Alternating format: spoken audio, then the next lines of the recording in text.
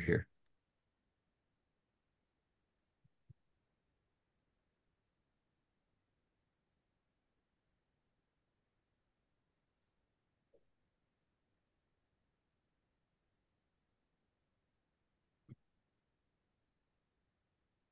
Terrific. Glad to have you here at the penultimate spring Messy Conversations, where we'll be talking about diversity, equity, inclusion, and belonging.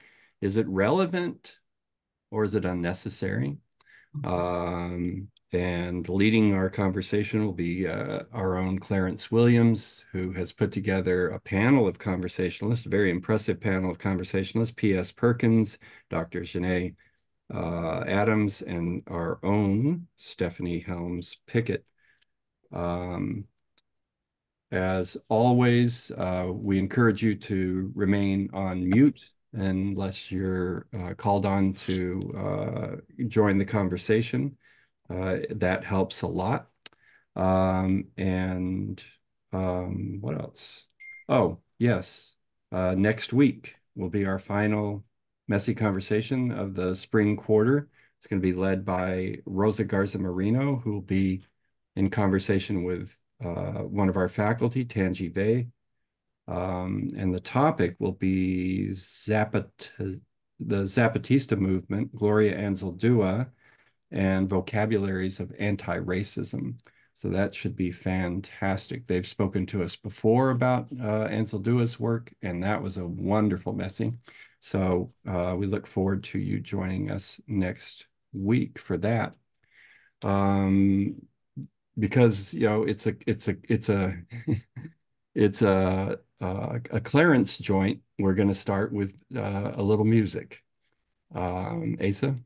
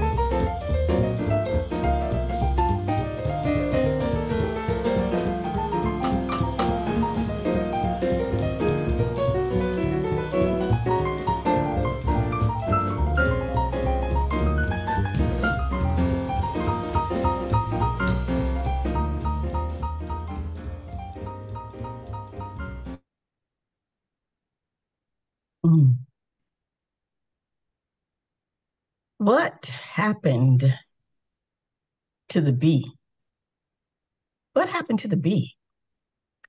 The chipping away of her story reads like a scene from yesteryear, where silenced voices spoke from banned books, but continued to share the stories of their truth, our true stories. But some ask why. Why must we keep telling those same old stories, selling those same old lines, yelling those same old worn out marching rhymes? Because it's how we got over.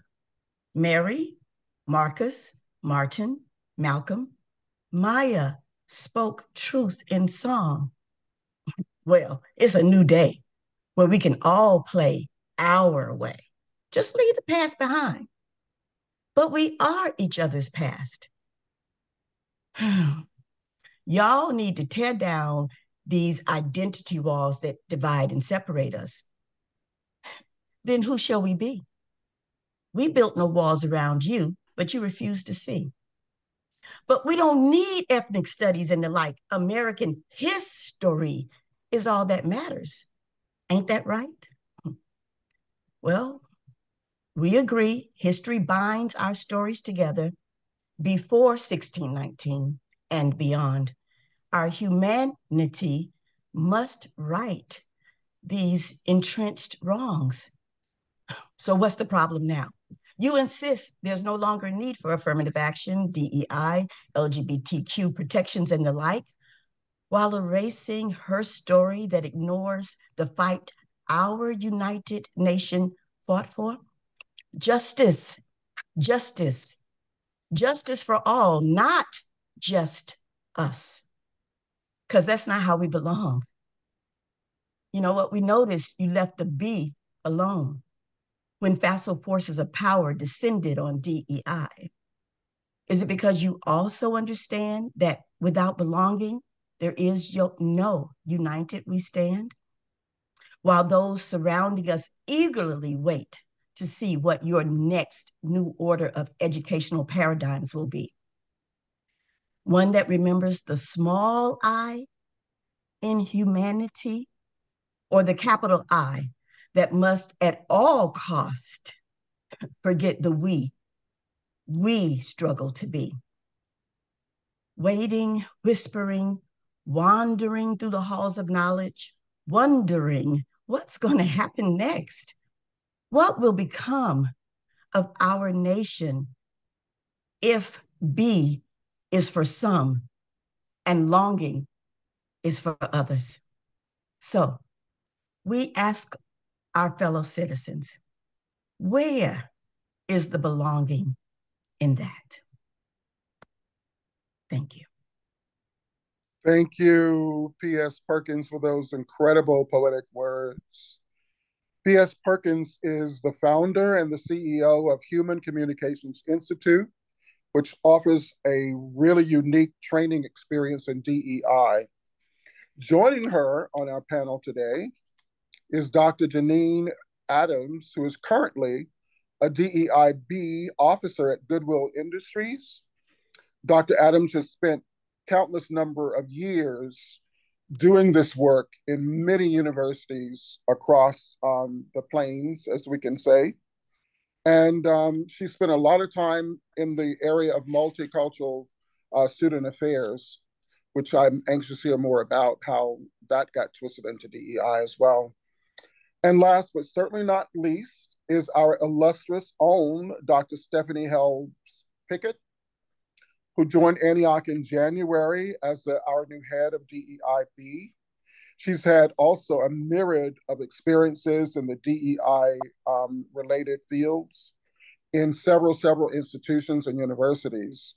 And I won't ask her now, but I'm anxious to know if the 90-day engagement has transformed into a wedding date, or if she's gonna, okay. You know, I didn't know if she'd be leaving us, you know, high and dry at Antioch, or she'd be staying with us. But It's a anyway, match. It's a match. okay. We have a lot to unpack today, and I'm so honored that I have three loaded cannons. I don't want to sound violent. There's too much of that in the world, but they are loaded with a lot of information. So I want to get as much out as we can in these 55 plus minutes. And for those who can stay along a few minutes after, we welcome that. And I did brief introductions, but I invite you to go into the LibGuide and take a deeper dive into the backgrounds of these incredible women who are joining me today. Being a devotee or a disciple of Dr. Elaine Parker Gills, I would be remiss if I did not begin with the origin story, or at least the one that I have researched on DEI in its early beginnings. So I'm going to take you all the way back to 1619. So let's say during the slave period that the enslaved people were absolutely not allowed to read and write. Let's start there. And throughout slavery, you could lose your life if you were, of course, caught reading even the Bible. They told you what the Bible said. So fast forward to the Civil War. The last 2 years of the Civil War, the Union Army was centered around the Tidewater area of Virginia. They then invited any enslaved people to come and join them in the Civil War. They would free them. And those who brought their families with them, there was an educator there named Mary. And under a large tree, she started teaching them how to read and write. And the lines kept growing and growing and growing. And that space later became Hampton Institute. And today it's Hampton University. So that was one of the early moments of education, as well as eventually higher education that spun from that time. Then we went into Reconstruction, and in Reconstructions when public schools actually were born, because the Black people in that region of the Deep South were asked, what do they want? And they said, we want schools. So the white planters, as they were called at that point, they were sending off their children to Europe in different academies. But the poor white indentured servants and the lower class whites did not have those resources to educate their children. So they were able to get schools for them as well. So thus, public education was born in the South. Now, of course, it was a different experience in the North and out West, but we don't have time for that right now.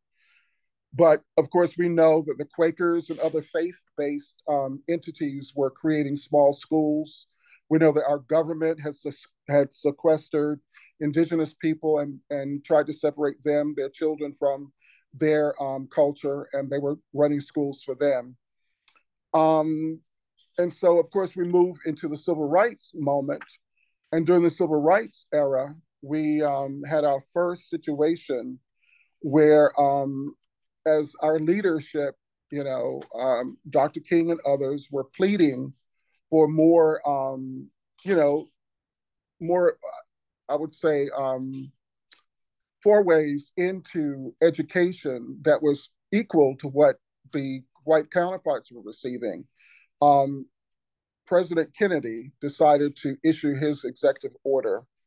That order was the first birth moment of the affirmative action. I'm cheating on notes here. That order was actually the executive order 10925, if anyone wants to fact check me. And then, of course, in 1964, we had the Civil Rights Act that was passed. And with the birth of the Civil Rights Act, that too did not bring non-discrimination for public education, for higher education, and for the workplace, Dr. Adams, it did not provide those protections. And the government, unfortunately, in many instances, along with our military, were complicit with that. So we fast forward to 1978. That is when we had the first major attack on affirmative action. A student named Baki took a case to the Supreme Court. He was basically upset and was suing the California higher education system because most universities found it useful to use a quota system to guarantee they would have enough diversity in their admissions. And so therefore there were 100 slots set aside for students. 84 of them were set aside for white students. And there were 16 left for others, meaning Blacks and other people. And Baki sued the Supreme Court. They deemed quotas unlawful. And of course, he got one of those 16 slots. So now fast forward to the most recent Supreme Court situation.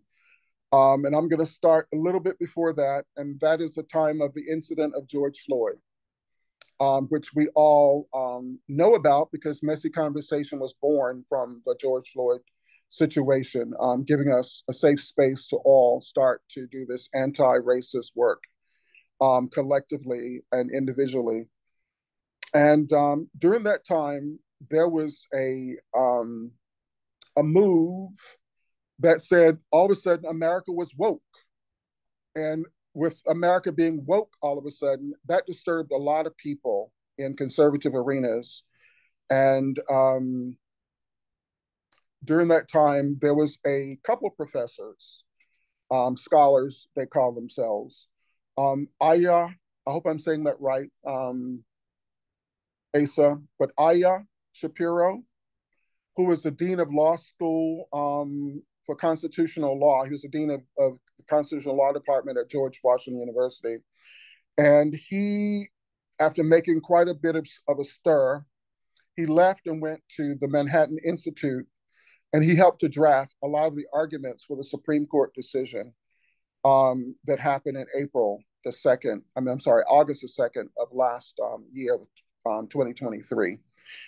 So he then joined Matt Bingberg from the Goldwater Institute.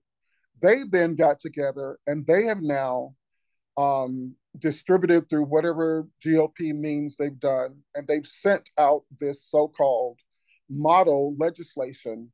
So at this point, there are 28 states who all have legislation that goes against DEI and assaults the whole idea of its existence. And he has been able to get 84 bills out there now, but only 14 have passed. And so that's where we are right now in this situation. And that is the origin story for DEI. Now, I purposely didn't mention B because I would like P.S. Perkins and Dr. Adams to give us a little bit of how the B came to being within DEIB.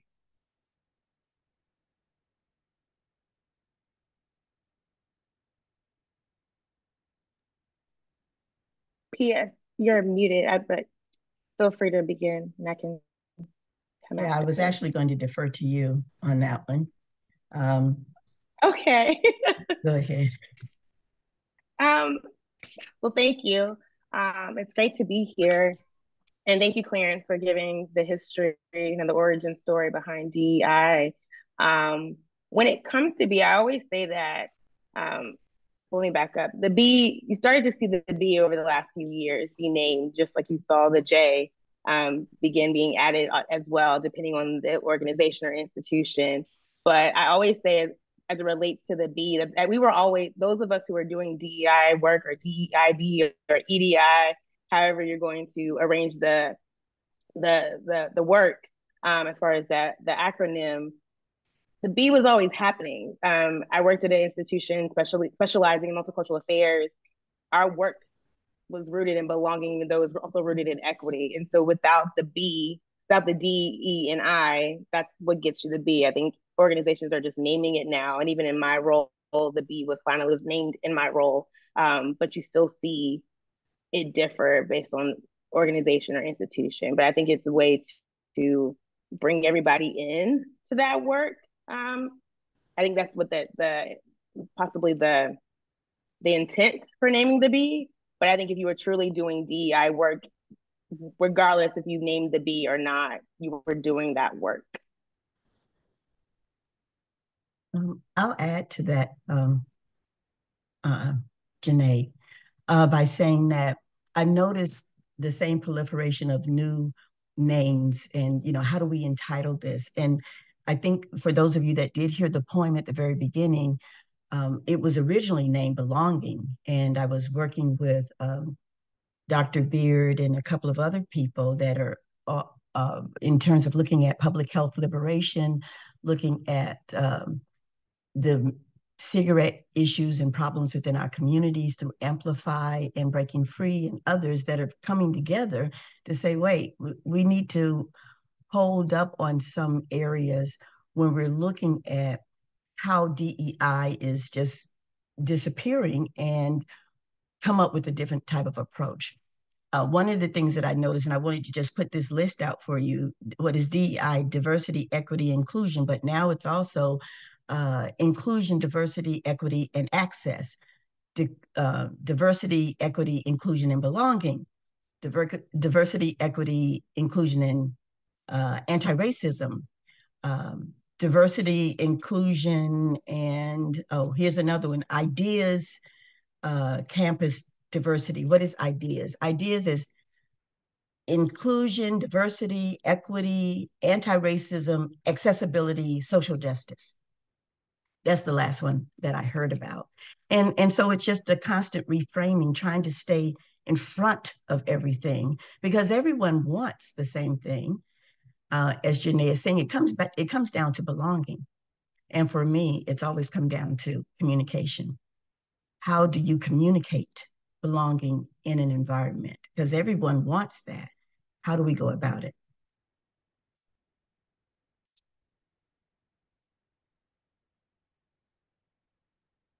Unmute Clarence. I was simply asking, did someone want to add to that, Janae or Stephanie, in terms of the The only B? piece, yeah, the only piece I would add, I wholeheartedly agree, is fundamentally, I think it's rooted in mattering.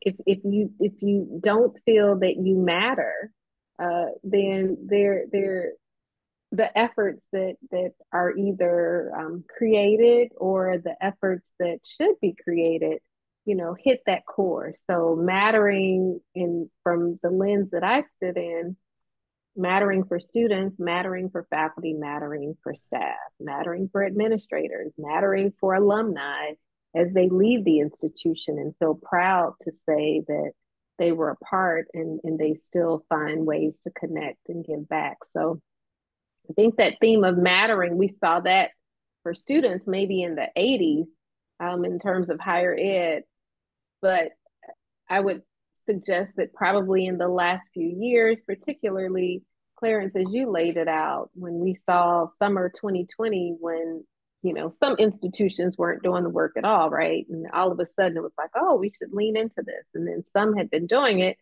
and found that they were being asked to do it even more. Um, it was unfortunate that that particular horrific incident caused people to say, oh, maybe we should be curious about that. And then here we are just a short 4 years later, those same individuals are saying, well, it doesn't matter anymore. So we're right back to the core of why this work is so important. And you referenced in thinking about church, but I from my faith background, it would say it's important in season and out of season. We should still be connected to this work because it matters, and it matters for the individuals on the other side of the receiving service or engagement.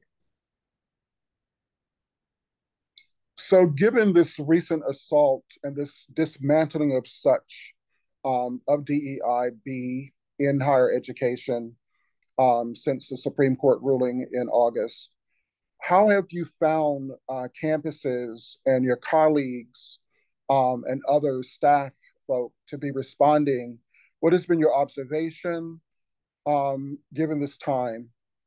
I know that many campuses, in my own research, I found that there are multiplicity of types of diversity programs. Everyone does it differently. So I just want to know, what are you seeing? What are you hearing? What are you observing at this time when this major shuffle is happening and people are being shuffled around and trying to hold on to a job or suddenly being dropped like a hot potato? Yeah, it's been really sad and unfortunate, and we've seen the wave of it. It's kind of like you said, almost hot potato. It started. We see Florida, we see Texas, we saw Kentucky, Ohio is dealing with it now, North Carolina, where we're located, and for those that are doing the work in terms of it, their title of their work is associated with it. It's been very hurtful and hard. They're particularly, when you think about in higher ed and you have government, particularly public higher education, you have individuals that work on the campus that work in external relations, and they spend time at the legislature and getting ahead of considerations to try to build relationship and support. we didn't see that happening. It was like, we see it's going on and nobody's doing anything about it. I can remember on my former institution, even the thought of having mandatory DEI for everyone, that lasted for about 2 to 3 months. And then it, bubbled up because a first year student's parent worked in the legislature and just happened to mention it to them. And then, we got the pushback. But watching people not only lose their jobs, perhaps, or being redeployed into other areas, but knowing the impact of this on our student communities. We still are experiencing gaps. We still don't have graduation rates that are on par. We still are suffering in terms of retention.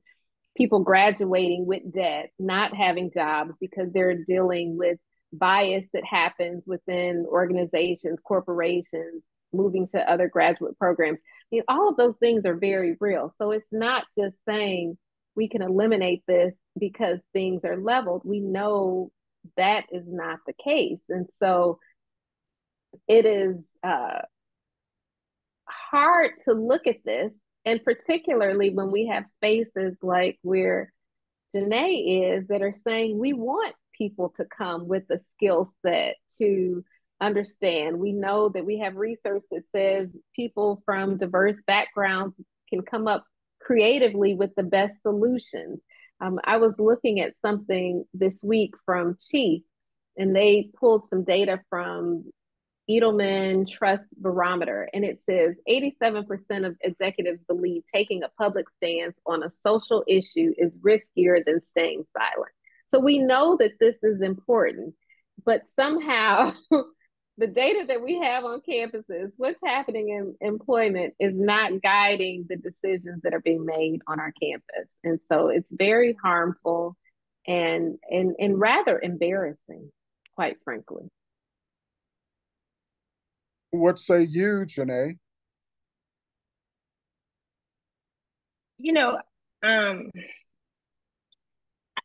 It's interesting, right? I come from a higher ed background. I'm now in kind of this, not kind of, I'm in more nonprofit, but it's also very much a corporate space. And so we're watching and really paying attention as to what's going on in higher education, because it usually starts with education, and then you started to see it in the government. And so we're waiting to see if it'll trickle down to us. Currently, at this moment, we're able to still keep forward with the work of DEIB, and we can call it DEIB. We can very much prioritize it in the work that we do at my particular organization, which is amazing, because you also see from a corporate standpoint, DEIB jobs, positions being cut, people also leaving from burnout prior to the Supreme Court ruling. And so as I'm watching the impact within higher education, I am wondering, what does this look like if it would translate into the corporate sector and into nonprofit? All of the things that Stephanie has mentioned about the importance of belonging of DEIB, of mattering, that also translates into the corporate and nonprofit space. And employees want to feel like they belong. Employees want to matter. Employees want to be able to see themselves represented in the organization. And just like we focus on retention and graduation rates, we also focus on retention of team members, of employees, we say team members, of employees within our organization, because we know that if folks feel like they belong, if they see themselves, if they feel like they are included, the organization is equitable, has equitable practices and policies, those organizations are going to meet the various stats that Stephanie just named. They are going to be more innovative. You will have a higher retention rate. You'll also have more revenue if we want to move away or transition from not just looking at DEIB from a moral standpoint, which is very important. Obviously, a lot of us get into this work because we know it's the right thing to do. But for those who are interested in the business case, DEIB also makes business sense as well. PS, do you have something you'd like to add to that, given that you also associate with several campuses? Yes, I think, especially from a faculty point of view, you see people in committees and with their various DEIB, et cetera, placement in the campus. And they're just kind of waiting with bated breath, as the professionals have said already. What is going to happen next? But they're still moving along because the populations are growing in terms of migrants, immigrants, and others, along with the members of our community that still need to matter, belong. And so, as I said in the poem, why didn't you get rid of the bee? No, you didn't get rid of the bee because you want to belong. We want to belong. We all want to belong. And I think with a lot of the faculty and others that I'm interacting with, they're just holding their breath and waiting for the next shoe to fall, or for the nation itself to come to finally say, wait, this is not the direction that we want to go in, and let's all come together to bring our individual best for the collective good, which is the term that I quote quite a bit in terms of competition, co-opetition, bringing co-opetition and the belonging back into. And I'd like to talk about that later when we start to look at solutions, because I think this is one of the problems. A lot of times they're like, well, you keep asking for this, you keep asking, but what are you bringing to the table? What are you bringing to the table? But then when we show up at the table, a lot of times we're turned away from the table. So do you want what we have to bring to the table, or do you not? Because we do have solutions within our communities, all of us. But we have to come together collaboratively as opposed to hyper individually to figure out how we're going to make that work. Yeah, I'm looking forward very much to you leading us forward with that discussion momentarily. I wanted to just talk, I'm the student lead in this planning committee, and I can say that what I'm hearing student-wise is students across campuses are losing their advisors. They're losing their spaces.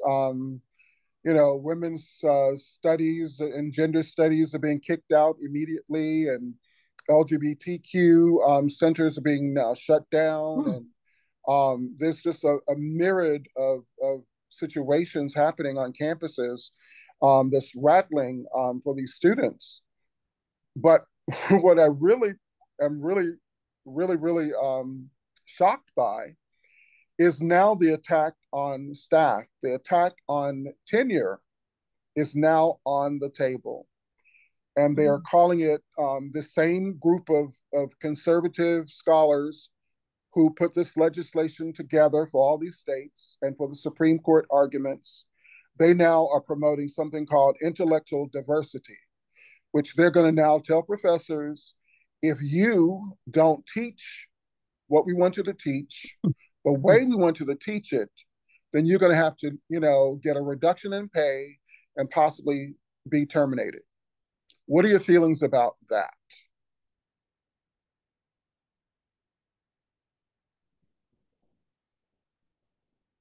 I personally would have to do a little bit more investigation on that in terms of intellectual diversity. I think that that's always been par for the course, but because we're living in such a separatist society and people want to label uh, higher education as the last bastion of unbridled progressiveness, or whatever, is coming out of this discussion, that we really need to be careful about how we start to choose sides, label, et cetera, because the dust has not settled from this yet at all. And I think over the next few months, especially leading up to the election, there's a lot that's going to happen in our United States to determine which direction we're going in. And this is one of them right here. I agree wholeheartedly. Haven't spent a lot of time in there. I've been hearing buzzings of that. What I can say is this. I know for a fact that those intentions are not aligning with the generations that are coming to higher education. So these are individuals that have had access to a lot of information very quickly. They are very inclusive. They have grown up in terms of having their friend groups, their friends' parents look completely different than what it did, 50, 60 years ago. So you can go down that path, but who's going to be the consumer? those are not the students that you're going to pull into these spaces because they have a demand. This is the generation that you say the wrong thing in this podcast experience, Zoom land, and they will galvanize people from all over the world and have you canceled within a matter of an hour. So we can go that way, but I don't think it's going to fare us too well in terms of the business case for higher education, as Janae suggested a few moments ago. Would you like to add to that, Janae? I would not. I think they both summed it up perfectly, and I agree. I would need to do a little more research on that particular aspect of what's going on. And what I find to be hilarious is these same two scholars from the Manhattan Institute and from the Goldwater Institute who wrote all this legislation, they're the ones that are saying this. They're the ones that are calling DEI on campuses to be they call it the vanguard of illiberal bureaucracy. Illiberal bureaucracy. So I really feel that it's going to be a constant attack because they're it's a movement for them. You know, they are espousing this in every state, in every university that will take notice. And you know, as you say, we hold our breath and wait, but I don't know what's going to happen as we wait, because with the elections coming up and you know administrations change, whether a new person's elected or not, or whether the sitting president resumes, there's still an administration change because we know that the Congress will change. And well, we don't have to talk about the judicial branch. They're going to stay the same, at least for a minute, at least hopefully so. But I would like to, you know, to put you on the spot, P.S. Perkins, to maybe begin to show us what you feel the most important tenets would be for the future, how we can maybe go beyond these assaults, how we can prepare ourselves to maybe see the shifting, the pivots of DEIB as we know it now in our institutions and as and Janae is in corporations, and how it's going to affect the workplace. And we have students who actually are going to be graduating, going into corporate arenas, going into high-level nonprofits. And what are they going to be faced with? I mean, even the admission process and the interview process, those elements, as they say in that Supreme Court decision, you know, the racial policies that are joined with admission decisions or with hiring practices, you know, cannot be. It's totally unlawful now. So if we look at that, how are people going to combat those situations with, you know, with racism, with discrimination? What can we hope for? I think that both Janae and Stephanie brought up, and you know, this one word, belonging, who matters. And I don't think anyone is going to say nobody matters, but how do they matter? And so I want to say that when I grew up, the whole integration process happened to me during middle school. And I remember being shocked that I was different and poor and misunderstood because I was like happy, you know, everything was going well and we were just going right down the street. But I immediately met a resistance that I was not prepared for because my mother and father were extremely magnanimous, very educated, and everybody was there. But all of a sudden it was like, wow, I need to wake up to the fact that my cushy little neighborhood and how we grew up, and the fact that, you know, the mobily upward Blacks at that time were joining the associations and the Jack and Jill and the Links and all this other stuff to try to hold the fort down. And it wasn't until one day I had to have my mother come to school to respond on my behalf about something that was racially motivated that I understood that we were in some type of I won't use the word war, but it looks that way these days.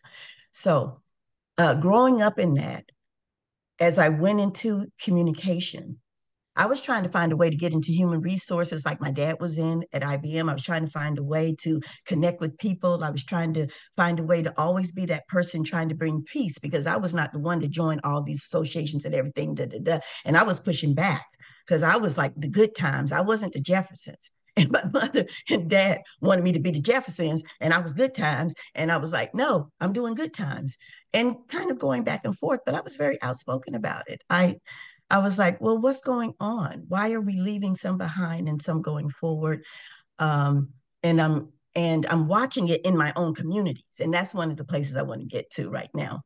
What are we bringing to the table in terms of continuing and perpetuating certain types of stereotypes that we know are minuscule in our communities, but they are broadened so that people walk around in fear, false evidence appearing real. Thank you, Dr. Beckwith, for that. Is why are we still living in this nightmare? And intercultural communication, which is my field, offers an answer to that. So I've been working in DEIB for years, trying to bring communication to the forefront because the bottom line is that's what it's all about. Can we communicate with each other? And let me preface this by saying, audience, it is not talking and it is not hearing.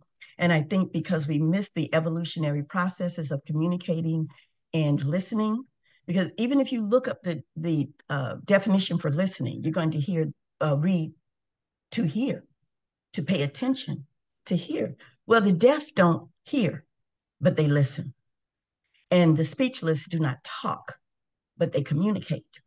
And because we've never evolved to that point as the higher organisms on this planet, we missed the boat. So we keep trying to put band-aids on everything as opposed to understanding it really is a part of evolution. Intercultural communication offers the DEIBA, all of it, in a manner that is non-threatening. However, when I took it into DEIB settings, they were waiting with, breath held. Are we going to play the blame game? Am I going to have to stand in this line and they stand in that line? Are we going to do this? Are we going to do that? Is it going to? And I remember one gentleman jumping up saying, "Oh, you're trying to take away our individualism." And I'm like, wow, this is serious. This is really deep. Okay, let me think about this. And it's like, no, sir, I'm not. As a matter of fact, I'm trying to offer it back to you in a different way.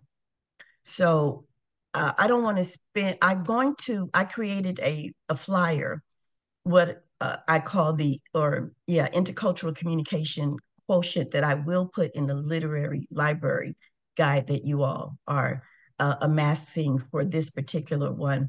And it really comes down to, I just ended with this, your onboarding and orientation processes need to be almost dismantled and re-put back together because it lacks so much in terms of the communication factor, and mainly the vocal, meaning vocal, verbal, and nonverbal, those three things.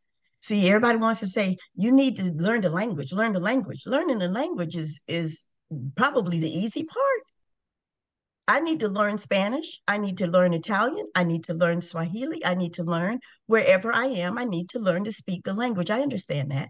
But it's the vocal, the sounds, and the nonverbal experiences that are making it very difficult for everybody, especially when you're being engrafted into an organization or institution this is the way we always have done it.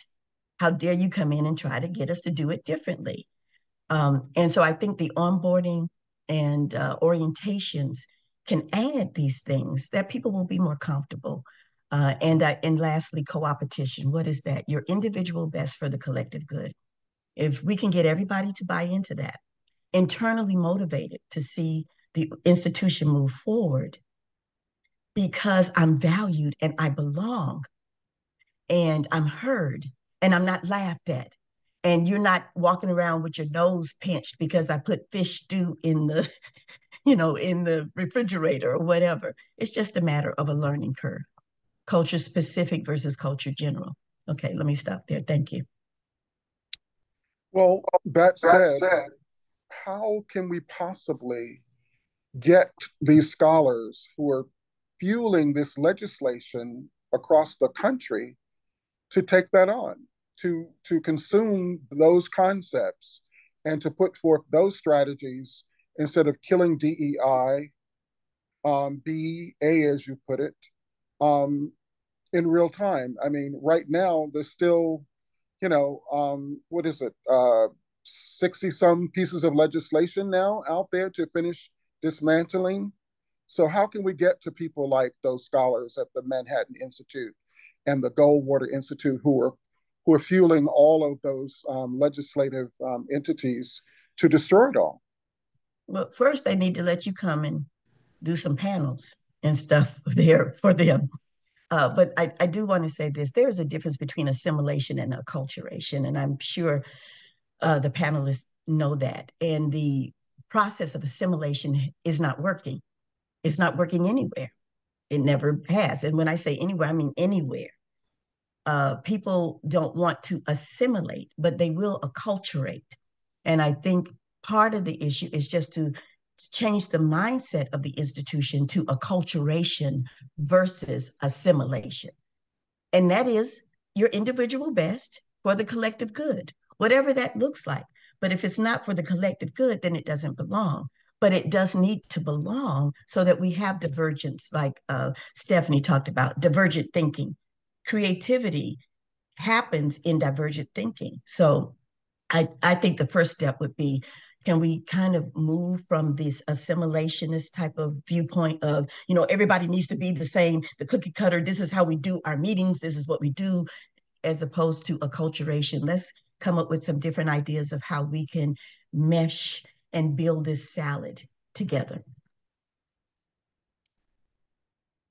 So putting you on the spot, Stephanie, how can we take some of those techniques and put them into the Antiochian hopper and try to live up to our mission as we've stated it as an anti-racist university? I'll I'll pick up where PS just brought us to this idea about a cookie cutter configuration. When we and I'll take us back because you laid that out so beautifully, Clarence. When we were at the height of our unrest in 2020 and looking for Clorox and trying to figure out if zombies were getting ready to come up, we just everything just was so out of sorts. And I could remember seeing people on the front line, speaking truth in the streets. And I did not have the capacity to do that particular action. And I was lamenting, like, how am I going to show up in this? And I remember having a conversation with a friend, and she says, right now we need everyone to play their role, whatever that is. So maybe you aren't on the first line, but maybe there is encouragement that you can give. Maybe you're writing, maybe you're taking food down, maybe you're helping to watch some kids, or you're doing some training and education on the Nextdoor app in your neighborhood about why this moment is important. And I think when we look at our campuses, we have to figure out what is it that we do and how do we do it in a way they being those folks that are working on the legislation and pushing this, think that this is a cookie cutter model. You took us through our origin. When we weren't allowed to read, it didn't mean that people stopped doing it. They looked for different ways to do it. So maybe we're disabling and dismantling and eradicating EDIB offices. That doesn't mean that the faculty member teaching engineering doesn't get to do some of this work. That doesn't mean that the person that's working on facilities and thinks about universal design stops doing what they're doing to make sure that there's access. So it may have to move and shift a little bit, but we all have to figure out what is our niche, what is it that we're committed to doing, what is it that we have influence and power to do, and we do it. And maybe we don't have an office for EDIB, J, SJ, all of that, but it doesn't mean that those tenants still aren't important. And we have to all do an introspective inventory of what is it that I have and how do I show up to do this work and speak in the places where I have, either access to the table or I created the table myself. And it's going to look a little different right now. It may be a little rocky. I think we also, to our demise, we haven't used our data. We've had data that we've sat on. We do these climate studies. We've done one here at Antioch. I dare not be a part of another institution that asks people to put their trauma on demand and we do nothing about it. So I have commitment to that. Many of the people that I'm looking at on this screen in this Zoom, let's do it. Let's not just take this information and not do anything about it, because that's how we got to this place. We haven't been sharing our success stories. We've been happy graduating our students, having our private graduation for them before they go on the public graduation, and we haven't told advancement, get us some money, put us out there. We haven't done all the things to get in the alumni magazines to celebrate. We've been happy of having our little piece because it's scary out there, right? But at this point, what do we have to lose? We have to figure out ways of being able to amplify this work, even if it doesn't look in the same way. And we need people that's going to do it that may not look like the people that I'm looking at that are being highlighted. We need people that have some of the identities that are calling us to the carpet and talk about, credit, questioning our credibility around this work. So what do other identities look like? And how do we have co-conspirators that can speak truth in spaces that we may not have access to? It's amazing because what came to mind, and I'm not being funny, but I am. I thought of Queen Nzinga when you said make a seat at the table.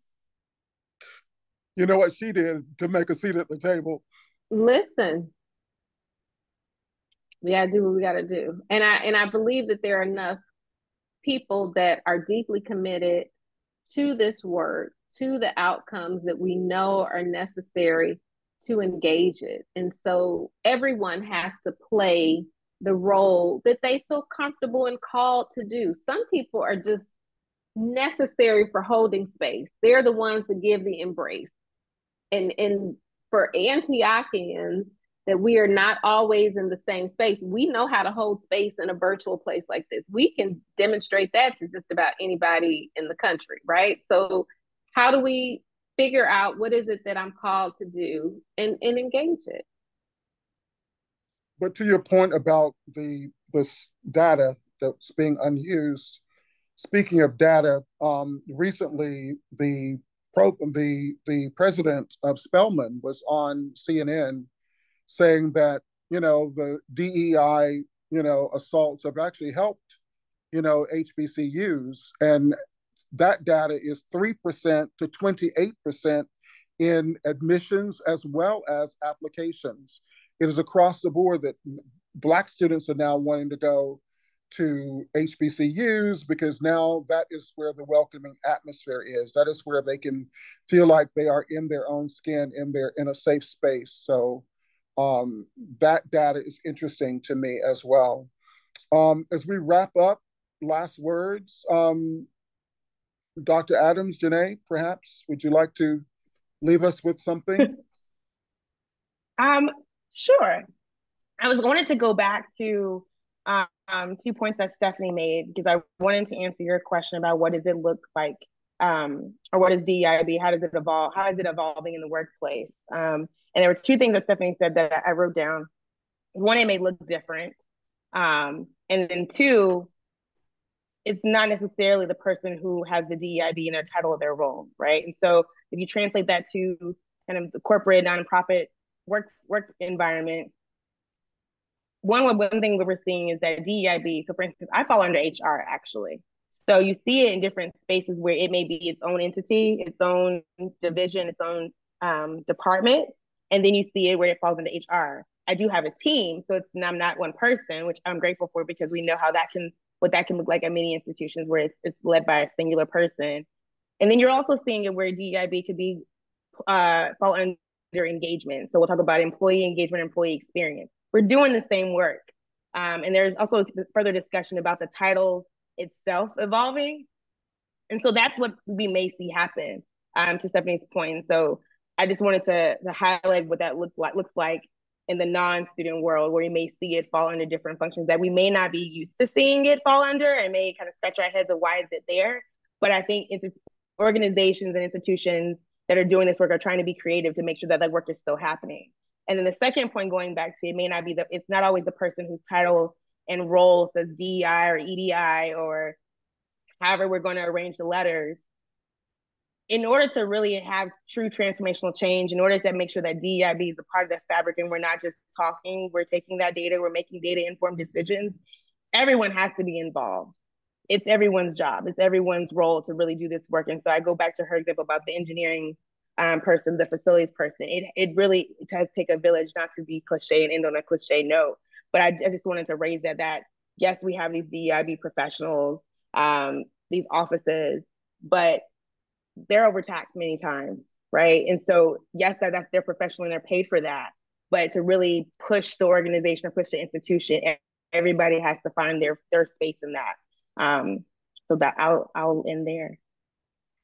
We have a couple questions in the chat, I'm being told. So could someone on the team recognize those questions for us? Yeah, thank you, Clarence. I know we've only got a couple of minutes, but we've got two in the chat. I believe it's Jamie Marks has a question about advice for students on how to hold the university accountable. Jamie, would you like to bring your question into the conversation? Hi there. Yeah, thank you so much. I appreciate the space and this valuable time.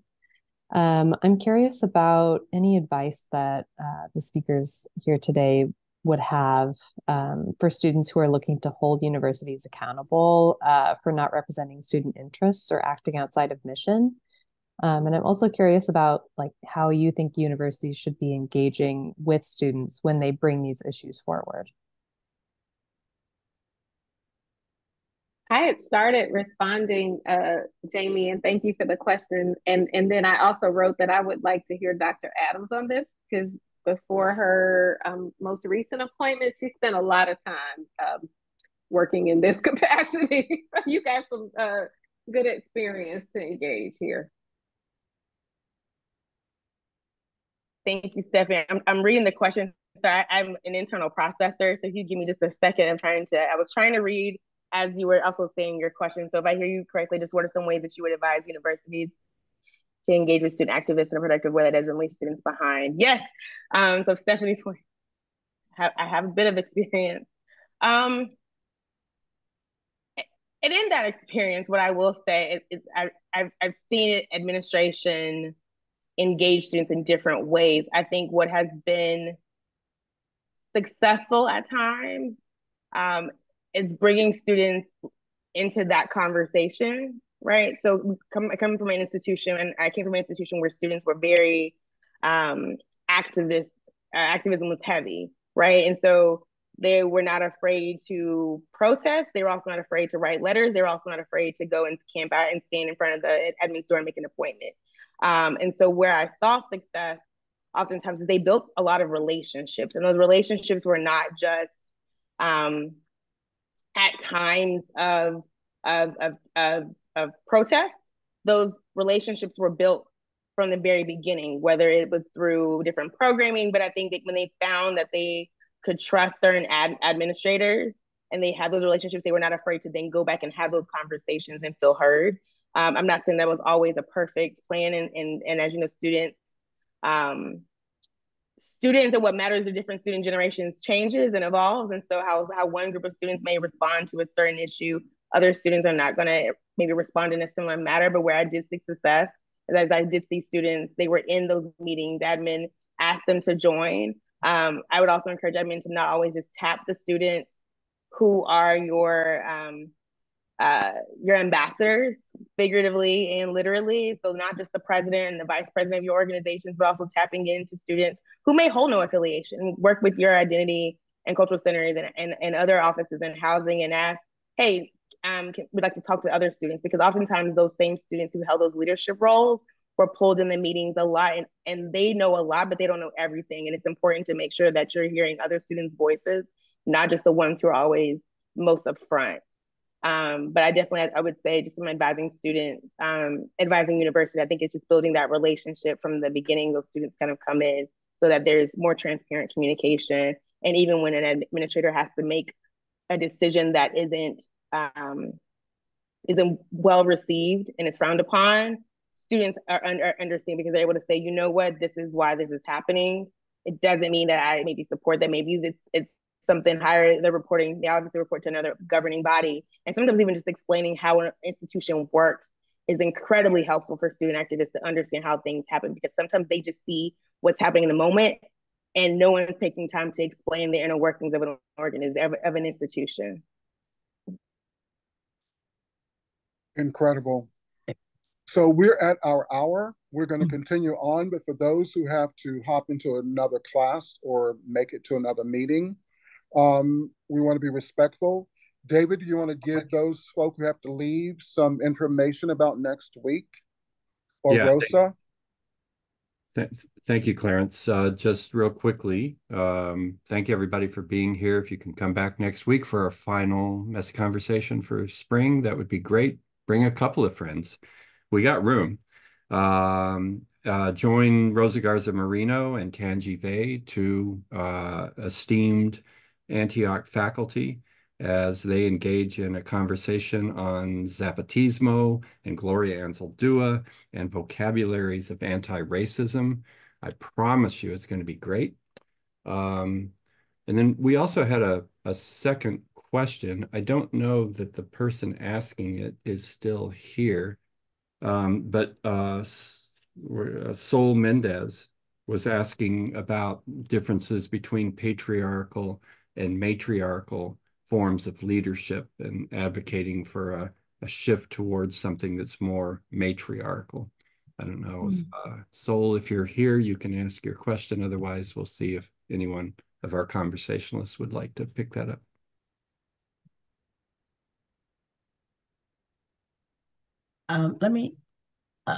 I'll speak to that, Sol, if you're here or not.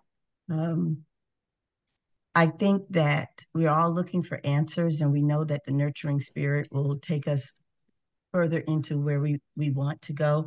I wanted to just say concerning what Janae and Stephanie just left us with, I would ask the students to please hold on to the humanities. I think that STEM versus STEAM with the A did a lot to break down and create the separatist types of mentalities. And so the humanities and the arts, aesthetically, are how we know each other. And if we don't have history, if we don't have drama, dance, and spoken word, and all of these things, many of them coming out of the area of communication, you start to lose the fabric of who we are as a collective people. And so I would encourage students to please focus on the humanities, the arts, and these other type of communication gatherings in terms of disciplines, because all the disciplines require that we communicate. But the S-O, and to correct, there is no S on the end of human communication. It is communication. It's not communications. And the fact that we have traded one for the other has really been detrimental to our communication abilities. And our children, our students, everybody are hiding behind these screens because they're afraid to come out from behind them. If we bring communication to the forefront, if we keep humanities and the other aesthetics of how we know each other together, we will have more of a matriarchal focus in terms of nurturing and compassion, gentle wisdom, and the things that we need to move that forward. So I'm hoping that that will be helpful to the person that asks. Get involved in the arts. Let's dance. Let's sing. Let's kumbaya. Whatever we need to do together. Generation Z, lead us and move us forward in understanding this is how we know each other. We don't know each other through STEM. We know each other through the arts and those types of aesthetics.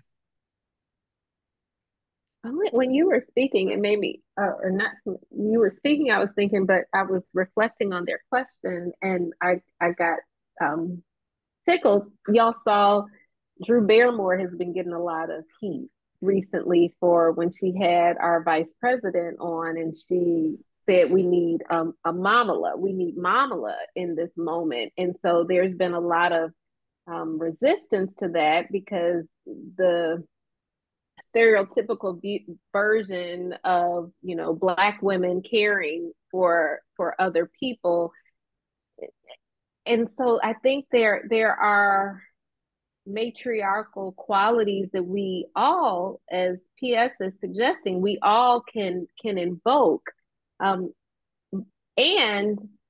if we don't do that and we only expect certain people with particular identities to do that kind of work, I think we set ourselves up for the place where we are right now.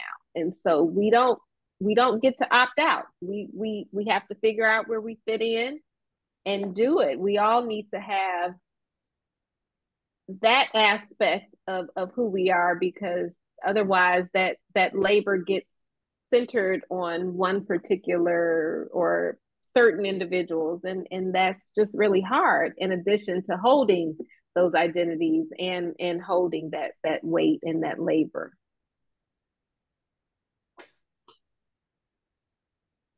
Was there another question?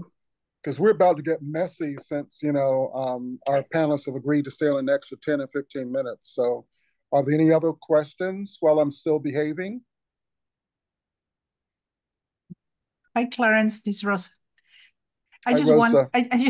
thank you guys. They're very interesting conversation about matriarchy and patriarchy, because when you think about the conversations that we have had recently with Messy Conversations about breaking with the binaries and disrupting the idea of either or.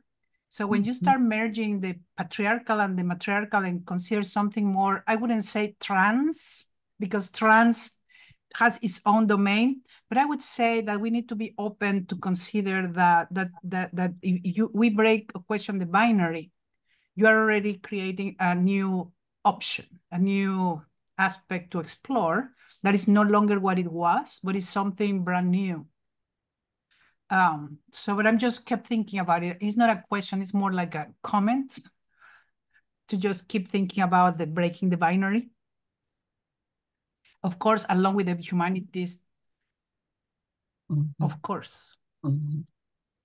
Because the binary automatically breaks or brings in humanities, because everyone is honored and respected for their contribution. But I think one of the issues is language. Language is a very difficult thing to navigate. And a lot of people have been hurt by the loss of their languages, including our Eurocentric brothers and sisters that, you know, may no longer speak Gaelic, even though that culture holds on very tightly, or may no longer speak French or German. And then you have other groups coming in and qualifying themselves. Well, I am Dominican, or I am this, or I am that, or I am this.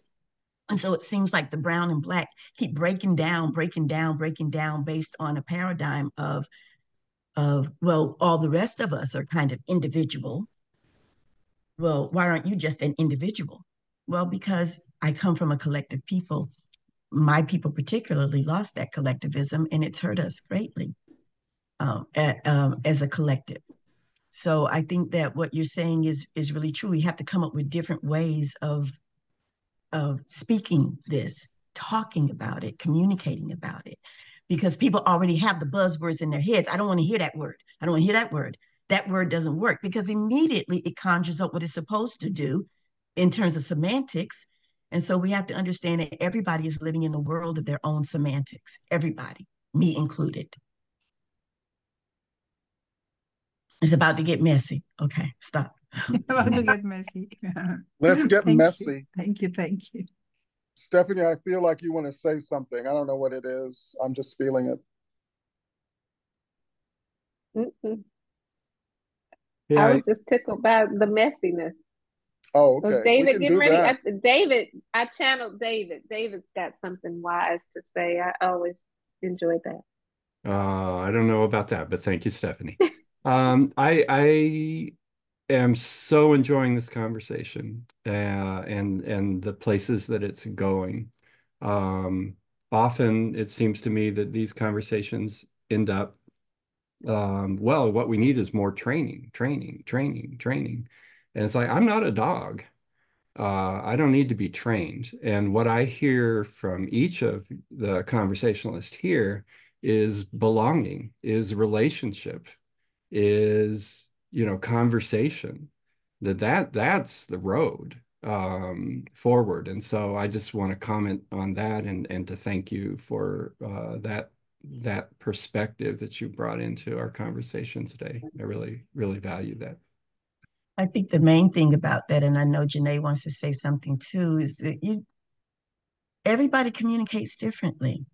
We have to come together to understand that in the construct of context and environment, the communication climate, I think Stephanie brought this up earlier too, the climate, the communication climate. What's the climate? When you go home tonight, when I go back to my dogs in a minute who are anxiously waiting for me, what's the climate that I'm creating? And I have to constantly hold myself responsible because I will walk into a place in a minute and you will know it is cold. I'm just bringing that cold with me, or I'm bringing that hot with me. I think it's about just the individual intrinsic motivation. Why can't we be motivated to just do our best for everybody? We can, but you have to be supported. And that's why people tired. Because I keep trying to do my best. I keep trying to do my best, but I'm not being included. I'm not belonging in that. So what do I have to do now? Janae, I'm sorry. Oh no, you're fine. Thank you, David, for your question, and thank you, PS, for kicking us off with a response to David's question. If I could add one thing, and I chuckled, David, when you said people talk about training, right? And Stephanie has heard me say this, and we talk about this all the time. We're like, training doesn't solve, right, like the larger issue, right? Like training is not going to save an organization institution, but training does have its place, right? Because we also have to make sure that folks are educated or have some type of education informed and informed about the various systems of oppression, terminology, that part, right? Because once you have some type of education, your awareness is increased, right? Then that goes to the next step, right? And so I would be remiss without acknowledging that we also have to focus on equity too. So you don't have belonging without the equity and right, the D, the E, and the I, right? But I want to name equity in particular because we have to acknowledge, right, the varied histories that have led us to where we are, where folks have been historically excluded, continue to be excluded. There are policies, there are legal legislation that has led us to why we need DEIB, right? And so I just wanted to name that along with the belonging, but that will take us to the belonging because again, you need the D, the diversity, the equity, and the inclusion to get us to belonging.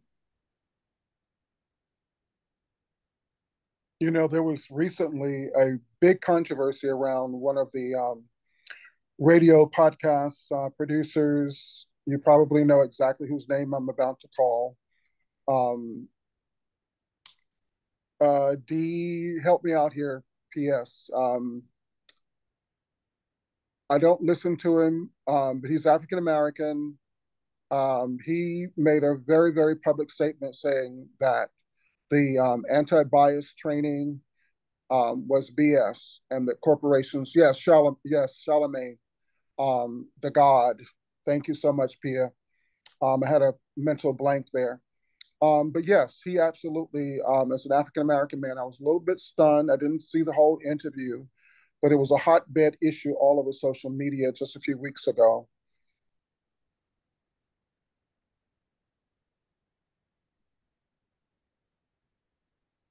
I have a 90-year-old friend who told me just yesterday again, it's BS.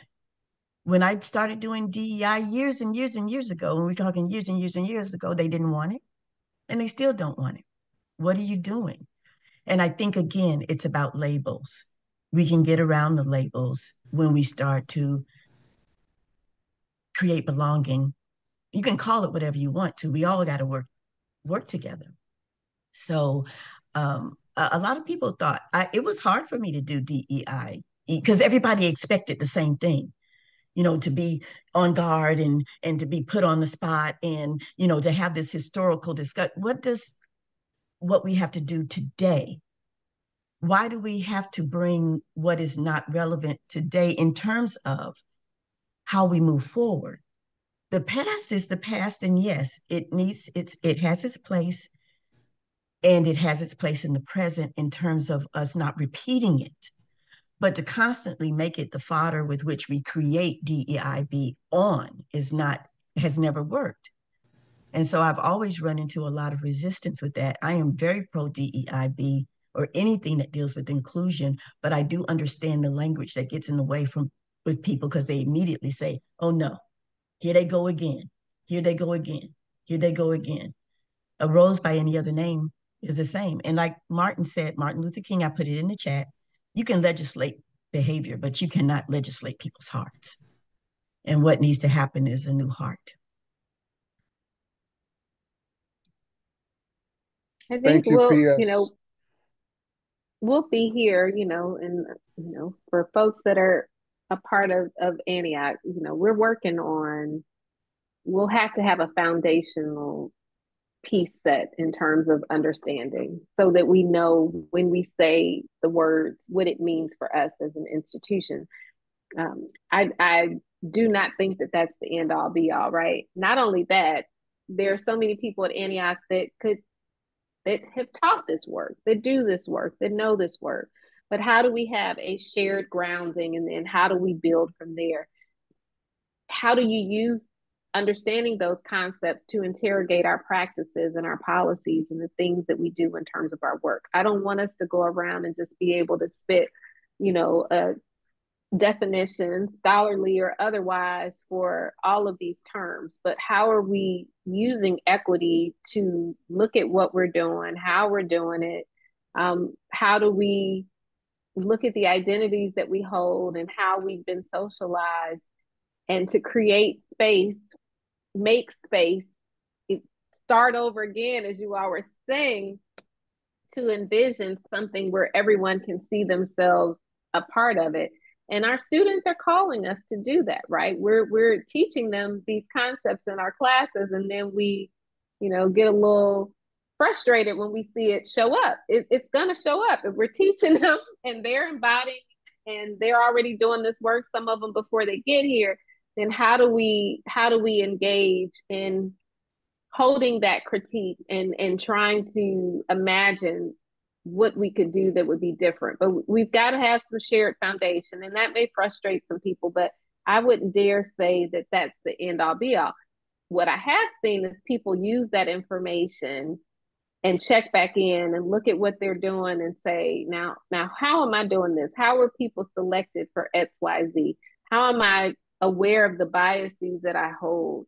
How do I manage that in my interactions? How do we have ways of doing things where we're able to trace that in what we do, so that when people become a part of this community, they understand that, oh, this is what I have to do. And if not, maybe this isn't the place for me. And we can say, you're right, it's not. This is how we do business. This is how we make decisions. This is how we hold critical inquiry of ourselves, and use that so that we can create something where people see themselves more connected and mattering there. And I don't think we do enough of that in many places, but I can only speak in higher ed. We don't do enough of it. And it's hard and it's gritty, but that's how we get to that heart work that PS is lifting up. That's how we get there. But we got to be willing to say that some stuff here is broken. And it is. It's broken. PS, did you want to respond to that? Because you're always talking about the brokenness of humanity. Yeah, he say always. Yes. Well, when we have conversations, I'm not trying to call you out like Tamara Hall said. I don't want to tell my friends information, my friends' business, but we have those conversations a lot. A lot, and again, and we can go around and around and around. Everybody wants to be seen. When I give a definition for intimacy, or we look at the work that was done by Buber, such as I it versus I thou. Everybody wants to be an I thou to somebody. Nobody wants to just be I it forever and ever and ever to everybody. they serve a purpose, but I need to see you. So intimacy is really into me see. You've heard that. Many of you've heard that. Intimacy. Well, how do you do that? Well, people walk into my home and it's like, oh, you from Africa? No. I mean, my ancestors. And then they'll walk around, oh, no, you really from Africa. I said, I told you my ancestors are from Africa. Just because you see me reflected here, I can't be African American 400 years later. I just think it's the onus is on us individually. Harvard put out something recently that says, well, everybody's complaining about this. Well, what are you doing for yourself? Do you care enough? Do you have enough confidence and self-esteem and ethnic pride to be able to show up and feel like you belong? And there was a whole article that they wrote on it, and I think I included it in something that I sent. Yeah, I do. So let's take it from there. Each one, each person, and then validate everyone else. And you're right. It's going to take a lot of work, as Janae and Stephanie said. It's going to take we have to revamp, but it's okay because we can. Oh, I wanted to mention Nikki Giovanni says, let's go to Mars. Let's go to Mars and redo this again, you know? And then she also says, no one ever listens to a poet. Well, we heard your poetry earlier, and it was incredible. Well, thank you. So thank you for blessing us with that. Thank you. But I want to throw two little tidbits out there, and had the opportunity to spend a little bit of time with Stephanie Helms Pickett recently when she was in Los Angeles. Wasn't long enough, but I'm a brat, so I wanted more time, but it was what it was because she was booked up to the gills. But one of the things that we were actually, were talking about in conversation was how, just like critical race theory, they're starting to use DEIB in every situation. We have the situation recently in Baltimore, and all of a sudden the pundits on the news saying, oh, he's a DEI mayor. He's a DEI mayor. Like, what is that? And then when Dr. Gay at Yale was stepping down, they were saying, oh, she was a DEI hire. Like, what? And I remember, well, Stephanie, you can say what you said, but you said to me, you says, what about merit? Like, how did she ascend to that position and it not be about merit? I mean, how did the mayor of Baltimore become the mayor if it were not the people electing him? So how's he a DEI mayor? It becomes so ignorant to me. It's just like how the people in Florida with DeSantis in the lead and other Abbott and all the other people and legislators, even our U.S. Congress, started lumping everything into critical race theory. We're like, wait a minute, that was a legal tool that was established in law school. What are you talking about? Children's books about, African-American history. That's critical race theory, really? So what do you feel about them now lumping everything into DEIB?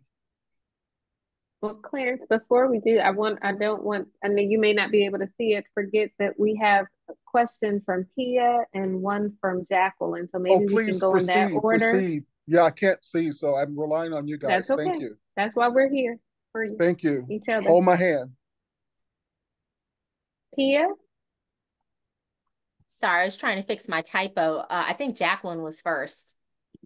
Oh, sorry. Jacqueline, go for it.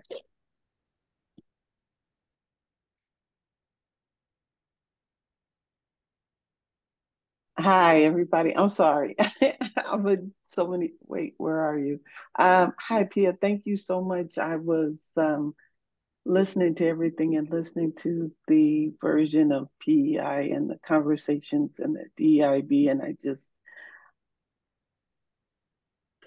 just thought it was very interesting because what stood out to me is the fact that you reiterated time and time again conversations. Which is why we're here today.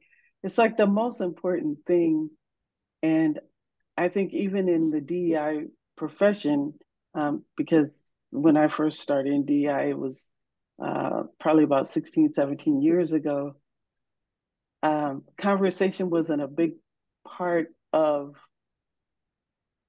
how to involve others and how to train and how to it shared this information didn't fall under the idea of conversation.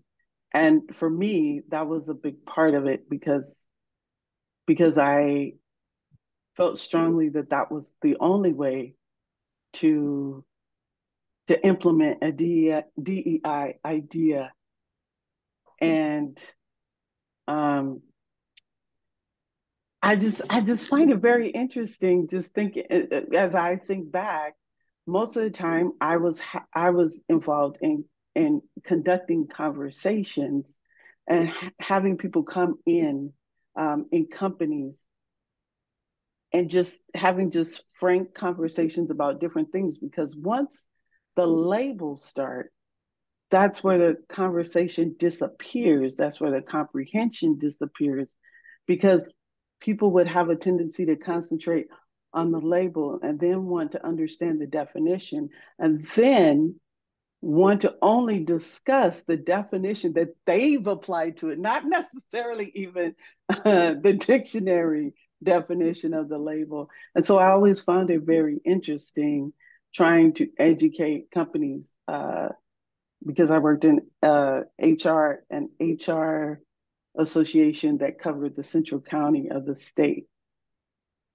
And for all of those employers, you know, over 100 companies, once you said, if you said Black, they were like, okay, we're going to talk about Black people. Then they considered that diversity. But as soon as you brought up the fact that they didn't have bathrooms for people that were white enough that had wheelchairs, all of a sudden the conversation broke down because they had their own definition of what diversity meant.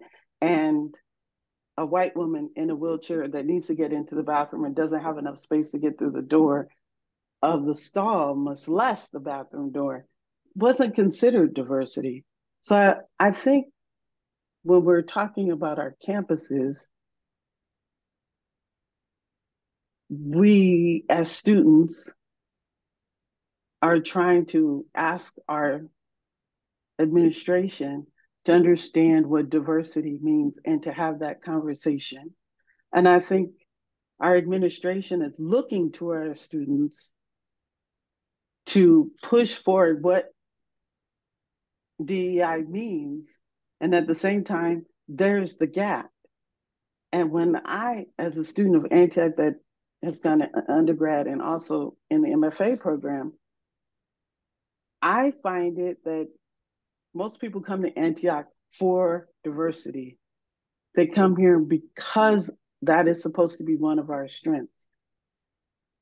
But yet, if there's a student that's in the psych department, they don't necessarily get to take advantage of a class that discusses Black history like Dr. Gill's class because they're so concentrated on their psych courses. So they graduate without the ability to even understand Black people because they've never taken what could be classified as an ethnic studies class. And then they want to try to help people in that community, and there's a gap of understanding. So I think it's a big deal. I do think what you're saying is applicable. I think that we should broaden the idea of it in order to cover our bases as an institution and to make sure that our students are having the necessary skills to make those differences in our communities that we stand for. That's what our institution stands for.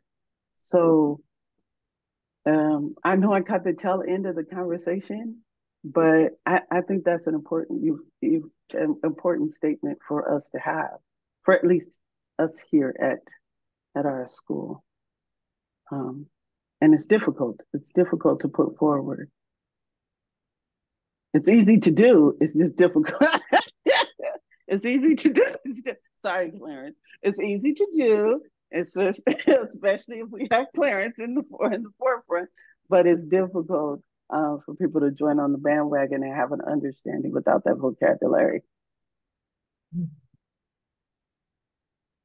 Thank you, Jackie. Pia, you had a question?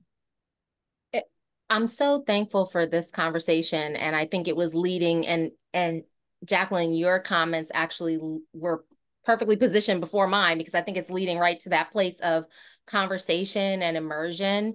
as we're making this distinction between training versus, and what that looks like, and then looking at conversation and being immersed in a conversation and how that changes perspectives. I'm thinking about African American Policy Forum and how, for the past few years, their critical race theory, critical race summer school is coming up, and it's coming up again for summer. And it's one of these spaces where it's not a training, but just being immersed in all the discussion and dialogue about exactly what we're talking about this evening kind of brings us back into that space of you're going to walk away and learn, right? And I think Antioch has a lot of opportunities to be present in those spaces, but also to build those spaces for ourselves. And this is one of those spaces. I'm so thankful that I was able to be here for when we had the Poor People's Campaign conversation too, because that re-engaged I was already part of it, but I was like, I really need to make sure I make the meetings. I really need to make sure I log on because the Poor People's Campaign is so important. And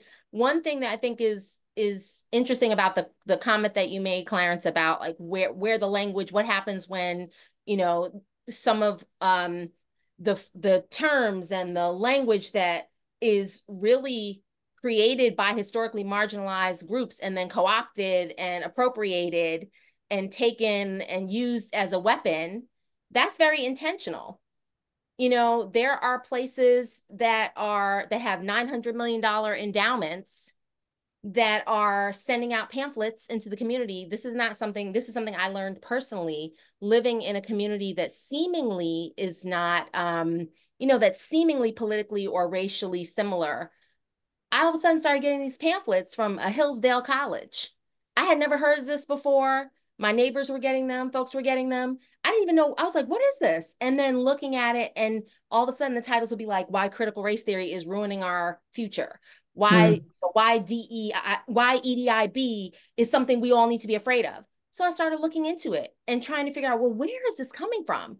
And then I realized this is an institution that has not even 2,000 students, but that is pushing out, information to communities to create this fear, but also to kind of create these labels, like what we were, just sharing earlier, and how that separates us in so many ways. So it's such an important conversation. And I feel like we have an opportunity to engage in these conversations. And maybe it's not a training, but maybe it's a summer school. Maybe it's a salon. Maybe it's something, it's a messy conversation, right? But it is a training of sorts because we're getting an education. We're not being trained like dogs, like what David was saying, but we're getting an education. Yeah, so important. Well, we love salons, PF. Antioch just hasn't seen one of mine yet, so I'm waiting. I just wanted to say really quickly, I think it's really important how we engage. And it certainly I agree about the training, but I think you also have to look at the institutional barriers and other reasons why there are the barriers and why there's resistance and why we are continuously doing the same things over and over again, even these liberal institutions and these progressive institutions. And I think what all of you have brought forth this afternoon really makes a lot of sense. And so where do we go from here? I'm hearing students talking about, with Jacqueline in particular, about in the classrooms, and Clarence starting off with the history. The more information we get and how we decide to engage, I think make a difference. And maybe you all could comment on that. And thank you again for being here. Great. I'll start off. I think I'm very fortunate that I teach communication because it's just the type of class where all of these discussions can happen. And at State right now, where I am teaching, my major focus is on Human Communication Institute, which is my company, but I'm still in the classroom. One, I need to be fiscally right now. And then secondly, I need to keep learning. And at State, I'm in an Africana Studies, 2 classes, or it was 1. And the whole class was European American, except for maybe a couple from the continent of Africa. And And when I first walked in last semester, I was a little shocked, and I asked them, it was a lot of things that were going on, but one of the things I said, well, everybody knows that they signed up for Africana Studies, and some of them kind of looked, and so I said, well, why are you here? And they said, well, it's 11 o'clock. And this is the time that I could get in. Okay, I understand. But you also understand what we're getting ready to do and how your life is going to change. One, because of communication is going to be elevated. Number two, you're going to find out stuff about me that you don't know at all. But I know you because I've had to know you. Not all of you, but to the extent where I can operate within you comfortably. And so I think the buy-in for the students, don't you want something different? Don't you want hope and optimism back? Well, it's up to you. You can do that. And it is a thought, a word, and a deed. A thought, a word, and a deed. We know this. And all of our philosophies teach this, but yet and still, we want everyone to walk around feeling like, oh, there's nothing I can do. Yes, there is something you can do. Bring your individual best for the collective good. And whatever that looks like, whatever that looks like, wherever it is, I'm going to pick up my dog, Kubu, because that's what I'm supposed to do. And they're eager. They really want solutions. They don't want necessarily, they just want solutions. I don't have to be their friend, but I'm going to let you know. This is what I consider wisdom. Now you go out and investigate and get your own, but get something. So I think that's where a lot of them are. We just want some guidance. Communication. I think much of what we've said and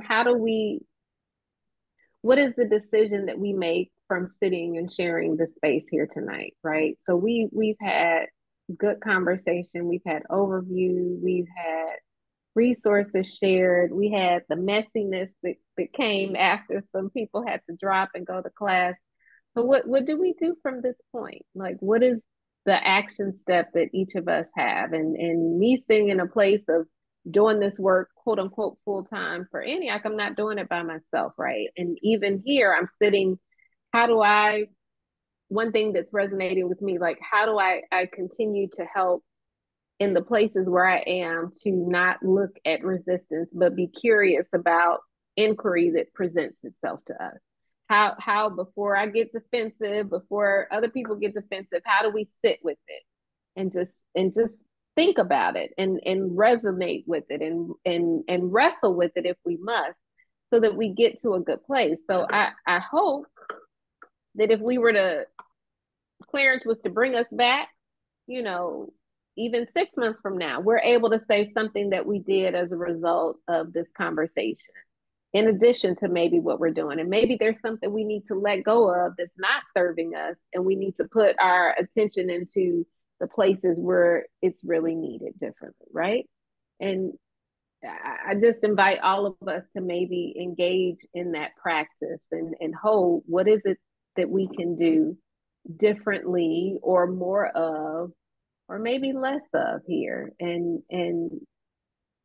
how do we do that specifically as we're talking about within ENEAC, but our other panelists that do this work as well, what is it that they may be able to do or inspire other people to do as a result of this too. So I want to hold that, and maybe let's gather back again to just figure out what has been sitting with us and taking up space, and more importantly, what is it that we committed to doing and inspiring somebody else. This is recorded. Who are we going to share this with? Somebody that said, oh, I'm really interested in this work. Okay, I got 90 minutes for you to sit down and listen to this. And then let's grab a cup of coffee or hop on a Zoom and talk about it together. Figure out what we're going to do. How do we ignite it? Mm-hmm. And Stephanie has made me conscious that some of our guests we're coming up on 9 o'clock for them in the evening. And we've rolled a little longer than we usually do, and traded on their goodwill and generosity. We don't want to wear that thin, because we do want to continue this conversation and have you all back. So With that, I think we're going to have to wrap things up. Show your love and appreciation for all of our panelists and everybody who's been here as part of this conversation. Come back next week for our final messy conversation of the spring quarter. It's going to be great. You get a money back guarantee on next week. So Hey, thank Stephanie, you he didn't all. want to answer your question. He wanted to skirt out of it and shut us down because he's a senior member of the planning team. But see, I'm the student, and we can get out in the street and we can raise hell and we can demand. So I'm saying I've already asked the team for a plan B. Someone in the chat asked for a plan B, a part two, how we want to frame that. But I think we need to continue this to answer your question partially. And we need to talk about strategies, and we need to talk about some of the things that P.S. Perkins recommend in terms of communication and how we reframe this whole notion of belonging for the students especially. And I wonder, in this last moment, David, I wonder, just like the kids are standing up on campuses across the country around these two very global situations, I really feel that students, as these campuses are assaulted with DEI, when they start dismantling all of these programs, I think the students are going to rise up and demand something different too.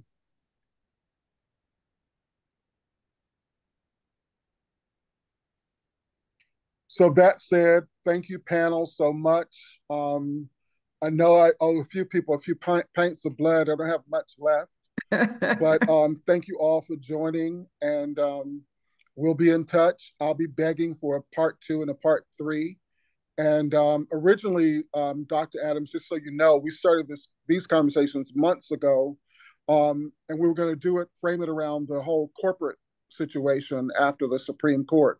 But then the assault started with university campuses, and then it was like, oh, we need to deal with higher education, and so that's how this came about. So thank you all for participating, sharing, and giving, and especially giving us your knowledge more than anything, because you've lived this, and it's important that people understand the nuts and bolts of it and how we can proceed and go forward. So I thank you all. We actually thought you were going to stay to close to midnight, but if you got to go. Thank you so much. I'm not on the East Coast, but I can hang. Thank you so much. Thank you very much. Thank you so much. Good seeing y'all. Bye-bye. Miss Perkins, go to your dogs.